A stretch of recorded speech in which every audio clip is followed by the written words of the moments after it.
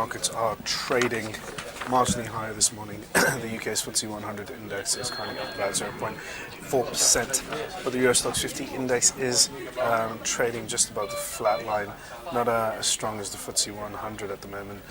In the currency markets, the euro is pretty much steady against the dollar, while in the peripheral bond markets, both Spanish and Italian bond yields are also relatively calm. Good morning, I'm Ishaq Siddiqi, and welcome to another Daily Market Bite. I'm going to give you a quick idea of what's going on. We've had a wealth of economic data and corporate data which has been influencing price action. Now, when we started the session this morning, we were driven by overnight leads in the US and Asian sessions. In the US, the Dow closed at its second highest level ever, not too far away from its all-time high that was registered in October 2007. That is a level that we're going to be looking out for later on this afternoon, and the possibility of the Dow actually breaching it at some point. Now, in Asia, we also had a very strong performance after the Shanghai index fell sharply in Monday's session. It rebounded overnight, and that's painted a pretty helped European markets early this morning. But we also had our own data to contend with. Firstly, we had the Eurozone PMI services index data, which was actually not as bad as feared.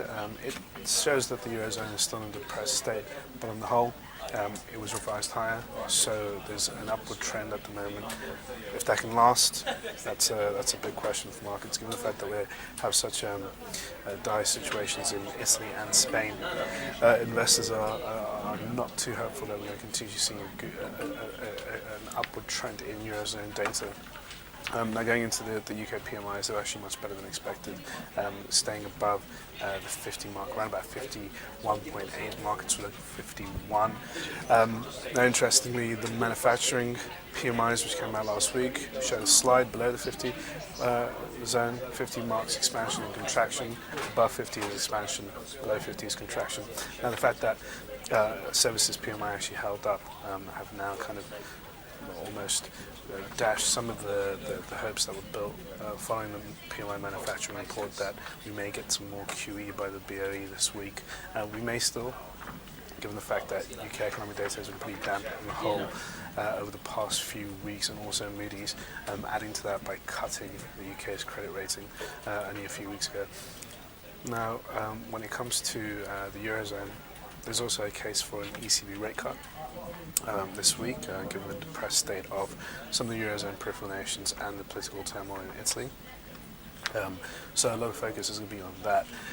Going into what else we've had today, retail sales in the Eurozone were actually pretty good, better than expected. Show that the retail sector in the Eurozone actually started off 2013 pretty well. Again, not something to take heart into at the moment. We're going to have to continue watching the retail activity for the next few months in order to be a bit more positive about it. But for today, on a short-term level, it's been pretty positive. And we've also had a number of corporate data, which has been good. Standard Chartered, Soco Group, RWE, and Deutsche Post, all four posting strong numbers and giving optimistic outlooks. And the shares are being driven by that for all four indices, for stocks. And finally, we're waiting for a US ISM non-manufacturing report, which should take up most of the attention. Also, together with that, the Dow possibly reaching its all-time high. Anyway, that's all for your Daily Market Bite. Tune in for another one tomorrow.